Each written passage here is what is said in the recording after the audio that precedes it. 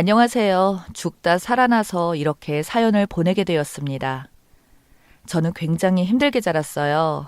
아버지께서 한쪽 다리가 짧은 장애인이셨고 어머니는 지적장애를 가지고 계셨어요. 그래서 초등학교 때부터 제가 모든 일을 알아서 해야 했고 도시락을 싸가는 것도 소풍 가기 전에 가방 챙기고 때가 묻은 카라 같은 것도 고사리 같은 손으로 제가 다 빨았습니다. 소위 애늙은이였죠. 돈도 없고 제대로 먹지도 못해 딱 봐도 깡마르고 없이 자란 것 같은 저를 항상 잘 챙겨주는 친구들이 있었습니다. 그 친구들은 초등학교 1학년 때부터 저와 같은 반이었어요. 남자 2명과 여자 1명 그리고 저까지 사총사였어요. 그 친구들은 저와 달리 집안이 어마어마하게 잘 살았습니다.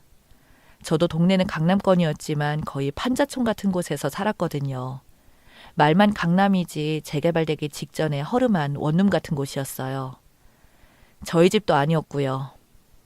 남자친구 2명은 부모님께서 검사 판사하셨고 여자친구 부모님은 모 대학병원 산부인과 외래교수, 치대 전임교수셨습니다.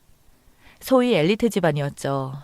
그런 친구들이 저를 차별하지 않고 오히려 본인들 맛있는 거 있거나 주말에 부모님과 놀러 갈 때가 있으면 부모님께 부탁해 저를 데려가기도 했습니다. 친구들의 부모님들은 인성이 정말 좋으셔서 꼬질꼬질한 저를 미워하지 않고 자식처럼 잘 챙겨주었습니다. 일부러 제 생일이 되면은 기죽지 말라고 백화점에 가서 옷을 한 다발 사주시기도 했고요. 동정이 아니라 생일이니까 선물 주는 거라고 하면서 위축되지 않게 일부러 그런 식으로 옷을 사주셨어요. 그런 친구들은 제 평생의 은인이었습니다. 친구들 덕분에 자신감도 많이 생기고 든든했어요. 중학교 올라가서는 제가 공부에 두각을 많이 나타내 친구들이 저에게 공부 도움 요청을 하기도 했고요. 친구들 부모님들도 학원도 안 다니는데 항상 전교권을 웃도는 저를 신기하게 보셨습니다. 그리고 고등학교에 올라가서 저희는 뿔뿔이 흩어졌습니다. 남자의 2명은 남고로 진학했고 여자의 1명은 외고, 전 그냥 일반 고등학교를 진학했어요. 저희 모두 고등학생이 되어 공부를 하니 자주 만날 수 없었습니다. 그래도 항상 핸드폰으로 안부를 주고받았어요. 그러다 저희가 고등학교 3학년이 될 무렵 일이 터졌습니다. 저와 세상에서 제일 친한 여자친구였던 그 아이가 세상을 떠나게 되었어요. 항상 저희 사총사 앞에서는 웃는 얼굴만 보이던 그 친구가 어느 순간부터 얼굴에 그늘이 지더니 연락도 안 받고 그랬거든요. 그냥 공부하느라 바쁜 줄로만 알았지요. 그런데 알고 보니 그 친구가 남자친구와 일이 생겼고 남자친구가 그 사실을 학교 애들한테 떠벌리고 다니고 안 좋은 소문을 내서 그 친구가 어마어마하게 스트레스를 받았나 봐요. 사실 10대이던 아니던 그런 소문은 치명적이잖아요. 어른이면 아무렇지 않은데 친구가 복도에 지나갈 때마다 애들이 천박하다고 놀리고 귓속말을 하니 버티기가 힘들었나 봅니다. 결국 그 친구는 고등학교 3학년 올라가는 겨울 그날 세상을 떠났어요. 소식을 들은 저희 남자친구들은 충격에 휩싸였습니다. 저는 차오르는 분노를 참지 못해 친구의 학교에 찾아가서 난동을 피울 정도였어요. 남자애들 있는 반의 문을 하나씩 열며 소리치면서 내 친구 죽음으로 먼 것들 누구야? 누구냐고. 가만 안 둬. 똑똑히 들어. 그런 소문을 듣고 왈가불가 니네들도 공범이야. 알겠어? 소문 퍼뜨린 놈 당장 나와. 하면서 막대걸레 휘두르고 정말 난리도 아니었습니다.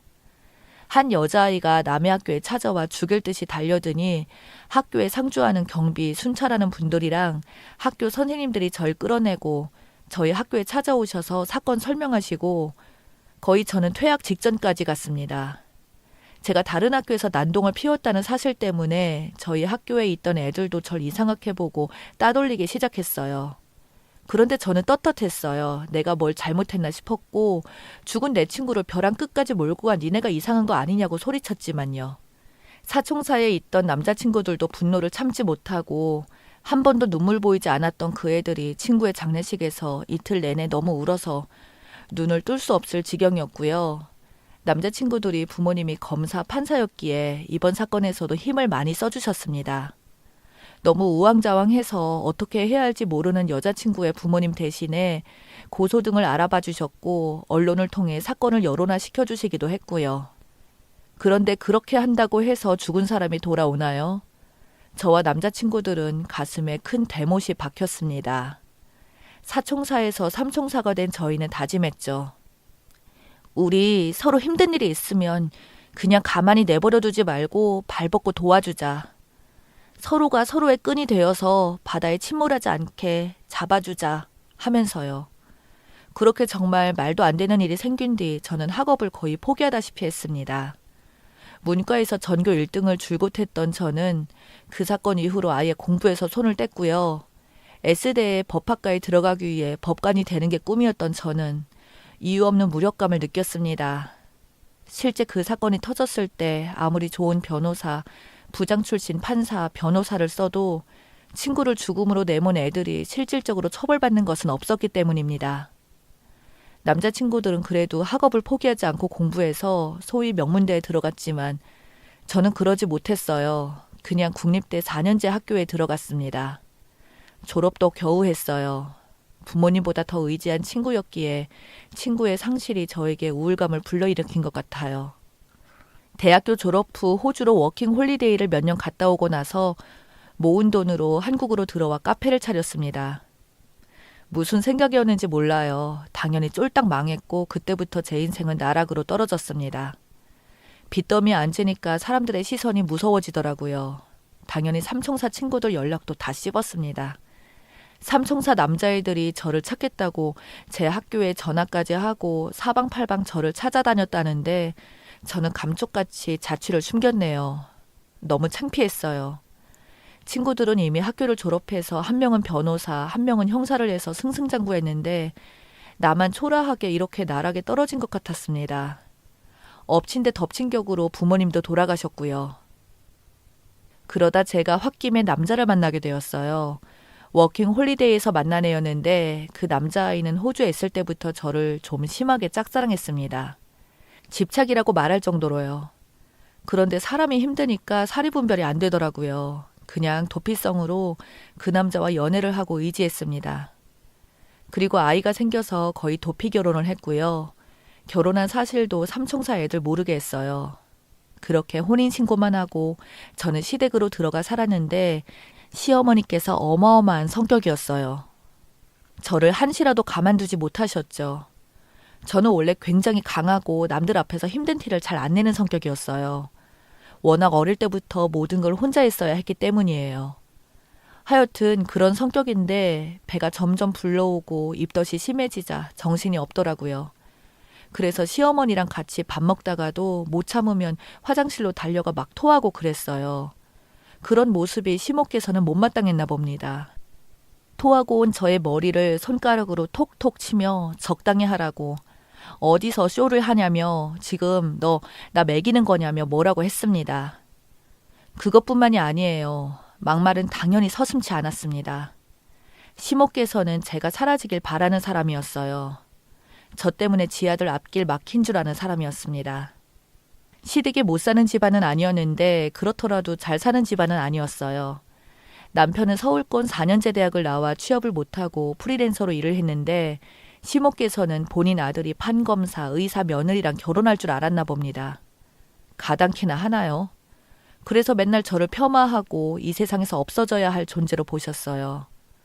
어쩌다 시모 핸드폰 어플 정리를 해드리다가 네이버 검색창을 봤는데 검색 기록이 상상 초월이더라고요. 임산부한테 안 좋은 것들 검색한 흔적들이 수두룩했고 그걸 본 순간 온몸에 소름이 쫙 돋았습니다. 남편한테 말도 못하고 그냥 미쳤구나 싶었어요. 설마 했죠. 설마 나한테 그런 짓을 하려고 싶었습니다. 그렇게 시간이 조심스럽게 흘렀고 저도 아이를 낳게 되었어요. 아이를 낳는 도중에 제가 쇼크가 오고 거의 정말로 죽을 뻔했습니다.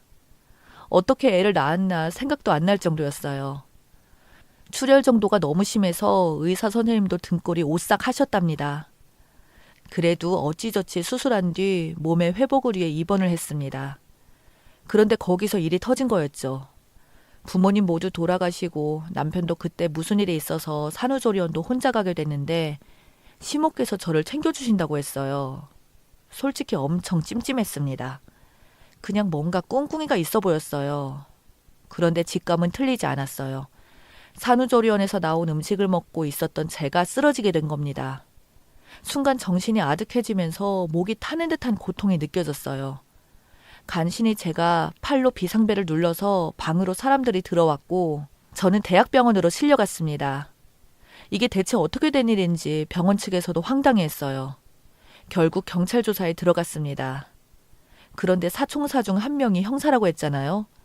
그 사건을 담당한 형사 경찰관이 제 절친 삼총사 남자였습니다. 그 아이가 깜짝 놀라서 변호사가 된 삼총사 중 한 명에게 말했나 봐요.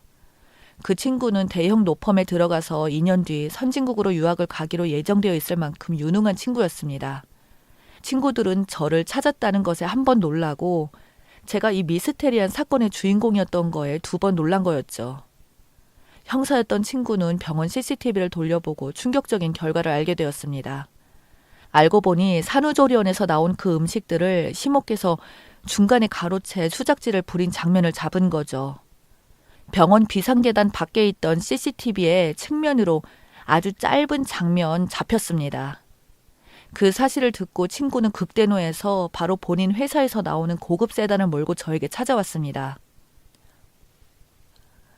어떻게 이런 일이 있는데 말도 안 했냐? 우리가 너를 얼마나 찾은 줄 알아? 제발 힘든 일이 있으면 말 좀 해. 라며 제 변호를 맡아주겠다고 선뜻 나서주었네요.